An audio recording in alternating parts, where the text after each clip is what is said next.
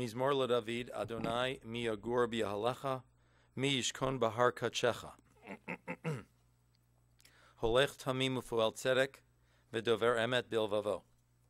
Lo ragal al lishono, lo asa l'rehu ra'a, v'cherpa lo nasa al krovo. Nivze beinav nimas, v'et yirei Adonai yechabed, nishba lahara v'lo yamir. Kaspo lo natan b'neshech, v'shochar al naki lo lakach, O se'ele lo yimot le'olam. O Lord, who will dwell in your sanctuary? Who will live with you upon your holy mountain? She who lives with integrity, who does what is right, who speaks the truth in her heart, who does no evil to a fellow human being, who does not reproach her neighbor. Whoever does these things shall stand firm forever. Esher chayil miyimtza v'rachok mitnehem michra. Betach ba lev bala v'shalal lo yachzar. A woman of valor who can find. Her worth is far above rubies. The heart of her husband trusts in her, and nothing shall he lack. She renders him good and not evil all the days of her life. She opens her hand to the needy and extends her hand to the poor. She is robed in strength and dignity and cheerfully faces whatever may come. She opens her mouth with wisdom. Her tongue is guided by kindness. She tends to the affairs of her household and eats not the bread of idleness. Her children come forward and bless her. Her husband too, and he praises her. Many women have done superbly, but you surpass them all. Charm is deceitful, and beauty is vain, but a God-revering woman is much to be praised. Place before her the fruit of her hands. Wherever people gather, her deeds speak her praise. Howard, you were the High Holiday Cantor here for years, and you had plenty of fans during those years. And Laura, over the years, as you've put on musical after musical, you've had lots of fans also. Fans that wanted their kids to act in one of your plays. And frankly, let me commit, I count myself as a fan of both of yours. But I see beyond all these fans that your mother was really your number one fan. She was your fan. She thought you two could achieve anything, that the sky was the limit, and she did everything she could to support both of you in your dreams and both of you in achieving your goals, and to support your father as well. She was the backbone of all that you three wanted to accomplish. But I hope she knew that the two of you were big fans of hers as well, because there were qualities that she had that you have grown to value more and more with each passing year. Her persistence, her determination. This was a lady that just kept pushing forward. She kept moving in the direction she wanted to go, no matter what the obstacles. She was the irresistible force. She was a ball of energy. People remember her as always moving, always doing, never stopping. She made things happen, and she made things work. She had passion, and she had a little chutzpah. You told me that watching her return a garment to the store, over a year old, to return it without a receipt, and watching her succeed was a thing of beauty. She had presence, and she carried herself with style and with class. Always dressed beautifully. A wardrobe always put together, which perfectly suited her. This was someone that caught your eye visually and caught your attention. She showed her emotions. In fact, throughout life, she was understanding and comfortable of someone who would show their emotions because she related to it. She understood it. It was part of her, in herself. She was that way. Her home was beautiful and put together as well, with flowers and with fashion and with beautiful things. She was meticulous and precise about her home. And it was all about creating a certain mood. It was all about creating a certain ambiance, creating the right atmosphere. You said she would check the group inside of Corky's, and compare it to the group eating at Solomon's before she would decide where she would eat at the deli that day. She wanted her home to have the right touches and the right ambiance and the right welcoming. I know early in their married life, their homes were often on army bases, because that's where your father served, and your mom found herself in Texas and in Los Angeles. And then, of course, they lived in Cleveland for most of their adult life. Your mom and dad certainly had their chemistry. They were both passionate people. They had two different personalities, but with a personal chemistry that never, ever ended. Their core beliefs and values were the same. They believed in the same things.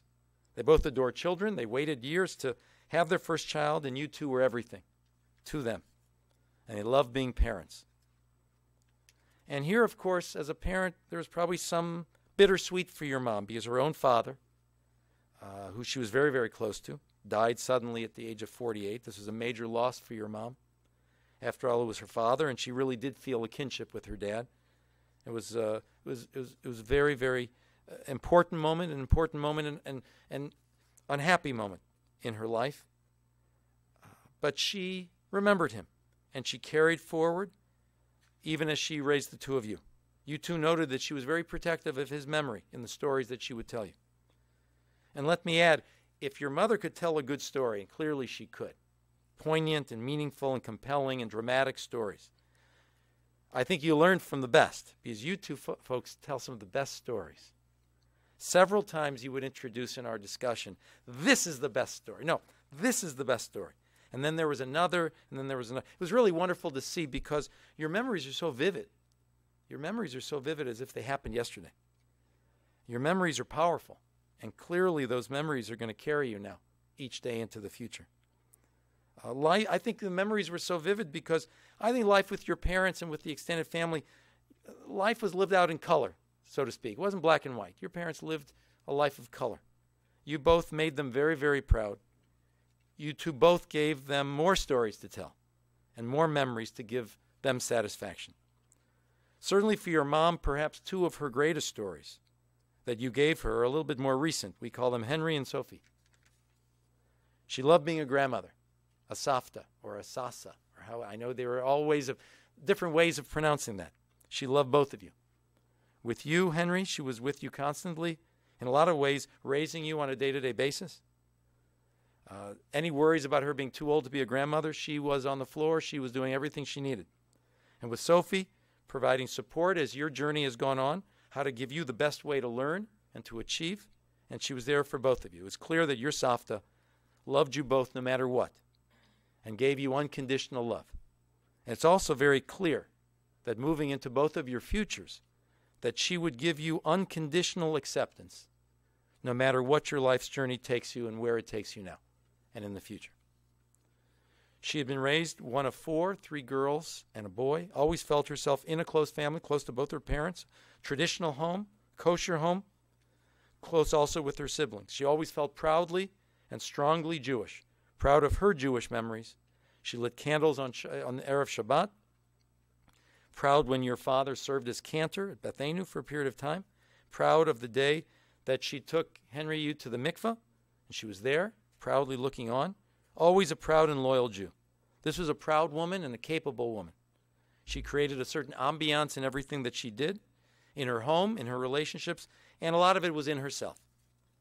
She was a dynamic and a curious and a motivated and a focused individual who lived life in color, who had a good eye for beauty, but who ultimately looked for and found meaning and purpose in all of your lives. She lived with a good name, and she died with a good name. Laura?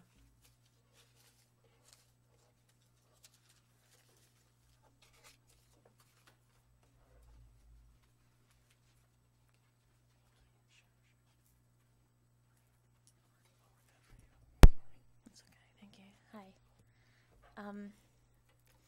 I'm sorry if I repeat some of what the rabbi said. We probably had many of the same sentiments when we spoke with him yesterday.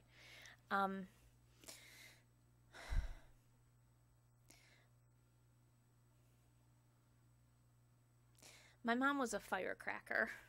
A friend said to me in the past few days he could never remember seeing her sit still.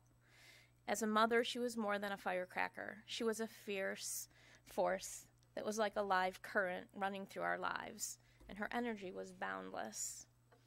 Truly, my mother was ahead of her time. Her Tai Chi and her walking and her healthy eating habits kept her looking the way most of you remember her. During her last months, a dear man at Menorah Park visited her daily. I arrived one day as he was leaving, and Mom pulled me close and asked me if she looked okay. And she said, "I think he's flirting with me." She was also ahead of her time in very important ways. Our home was a place of acceptance. It was filled with music, it was loving, and it was a springboard for creativity. My mom told me I could do and be anything. My mother and I could fight and make up and fight, and then drive my father to distraction with our inside jokes and antics. Daddy used to say, "You two have been out too long. What's the damage?" When Henry and Sophia came into our lives, my mother became a Savta at 78. I never saw her happier than when she was sitting on the floor playing with the babies. Henry, who coined the name Sasa, or Sas, adored her in return. The two would sit together for hours reading and eating chocolate. She helped us navigate the world of Sophie, always believing that she was simply perfect as is. Henry and Sophia were the joys of her world. She was my biggest fan, my harshest critic, and my dearest friend. I had a dream at the beginning of the week, I promise you, that my dad was walking towards me, and it was right before Mom got sick. Yet instead of noticing me, he kept walking. So I followed him because I wanted to talk. And he stopped and he apologized, and he didn't know who I was. And he kept moving, and he said he was looking for someone. And he found my mom sitting in a chair, and he sat down next to her, and I asked him if he'd been in Menorah Park all this time, because if I would have known, I would have gotten them a room together. And the last part of the dream was just them sitting there and holding hands. I hope as my mom closed her eyes for the last time, she saw my dad. She called him Bummy, and he called her Babe, and they went out to dinner and a show.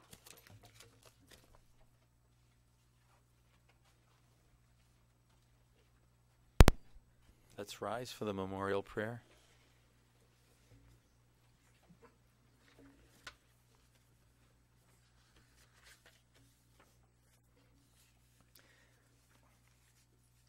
El mole rachamim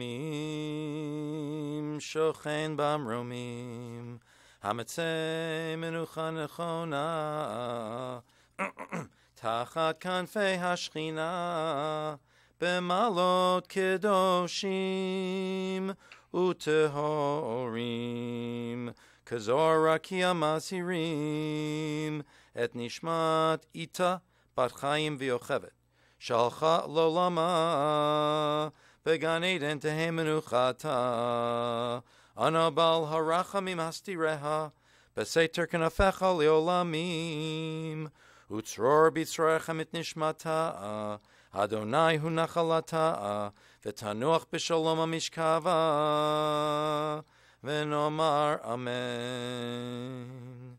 May we remember all of the worthy and the righteous deeds that she performed in the land of the living. May her soul be bound up in the bonds of eternal life. God is now her portion. May she rest in peace. And we all say amen. Let's be seated, everybody.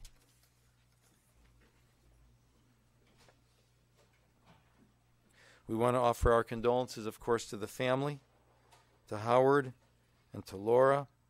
We want to make mention, of course, to Ellen and to Barry, because she was so very close to her daughter-in-law and son-in-law, and of course to the grandchildren, Henry and Sophia. The family will be observing Shiva the entire week at the residence of Howard and Ellen Bender. Their address is 13605 Shaker Boulevard, 13605 Shaker Boulevard, apartment 1B. Because of possible complications with parking and traffic, There is an alternate entrance to the building we should take note of, which is the back of the building on a parallel street, 13500 Cormier. 13500 Cormier. And if you chose that, you may avoid some traffic in the front of the building, and then someone will be there on hand to bring you to the apartment, to walk you to the apartment from there.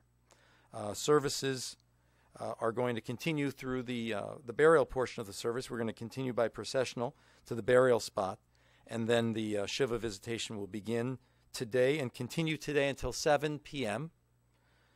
Then tomorrow, Tuesday, Wednesday, and Thursday from 1 p.m. to 7 p.m., and then Friday, 12 noon until 3 p.m., all at the same address, or actually the two addresses I gave you. Please remain in your seats for another moment. The pallbearers should now come forward.